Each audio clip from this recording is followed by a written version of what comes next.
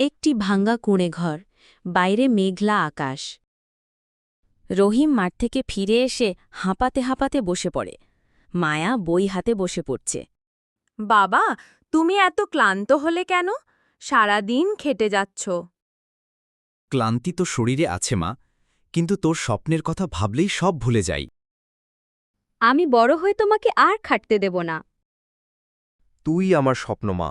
আমি গরিব, কিন্তু তোকে নিয়ে আমার সবচেয়ে বড় ধন। মায়া, তোর খাতা কোথায়? স্যার, আমার খাতা শেষ হয়ে গেছে। আমি পুরনো খাতার ফাঁকা জায়গায় লিখেছি। টাকা নেই? না স্যার, কিন্তু আমি পড়া বন্ধ করিনি। শিক্ষক চুপচাপ তাকিয়ে থাকেন। তার চোখে জল জমে যায়। গ্রামের মাঠে নতুন শিক্ষক শওকত স্যার মাঠে হাঁটছেন, হাতে কিছু বই। মায়াকে গাছতলায় বসে পড়তে দেখেন। কি পড়ছ মা? গণিত স্যার, কিন্তু বইটা খুব পুরনো। তুমি অসাধারণ, যদি সুযোগ পাও অনেক দূর যাবে। কিন্তু স্যার, সুযোগ তো গরিবের ভাগ্যে থাকে বা। আজ থেকে তোমার পড়াশোনার সব দায়িত্ব আমার। খাতা, বই, টিউশন সব আমি দেব। মায়ার চোখ ভিজে উঠে। গ্রামের লোকজন আড্ডা দিচ্ছে। মায়া স্কুলে যাচ্ছে। তারা ফিসফিস করছে। ওই যে গরিবের মেয়ে, শুনেছিস ডাক্তার হবে নাকি? হা হা, গরিবের মেয়েরা আবার ডাক্তার হয় নাকি? স্বপ্ন দেখলেই কি সত্যি হয়? বাবা, সবাই আমাকে নিয়ে হাসছে।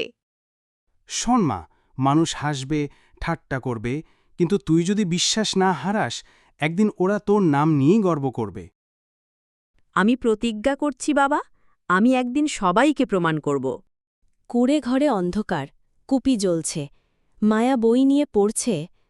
পাশে মা বসে আছেন। মা, এত রাতে পড়ছিস কেন? চোখ নষ্ট হয়ে যাবে। মা, আলো কম হলেও আমি পড়া ছাড়ব না। ডাক্তার না হওয়া পর্যন্ত আমার ঘুম আসবে না। তোর ইচ্ছেটাই আমাদের শক্তি মা। গ্রামে খুশির হাওয়া। সবাই জড়ো হয়েছে। খবর এসেছে মায়া মেডিকেল কলেজে ভর্তি হয়েছে। কি বলছিস? সত্যি মায়া ডাক্তার হতে যাচ্ছে? যে মেয়েকে আমরা একদিন উপহাস করেছি, সে আজ আমাদের গর্ব। আমি জানতাম আমার মেয়ে একদিন ইতিহাস লিখবে। কিছু বছরের পর মায়া ডাক্তার হয়ে ফিরে এসেছে। গ্রামের লোকেরা তাকে ঘিরে আছে। রহিম পাশে দাঁড়িয়ে গর্বে ভরে আছেন। আমি আজ যা হয়েছি তার আসল কারণ আমার বাবা মা। তারা না থাকলে আমার স্বপ্ন কখনো পূর্ণ হতো না। না মা, তুই আমাকে নতুন জীবন দিলি।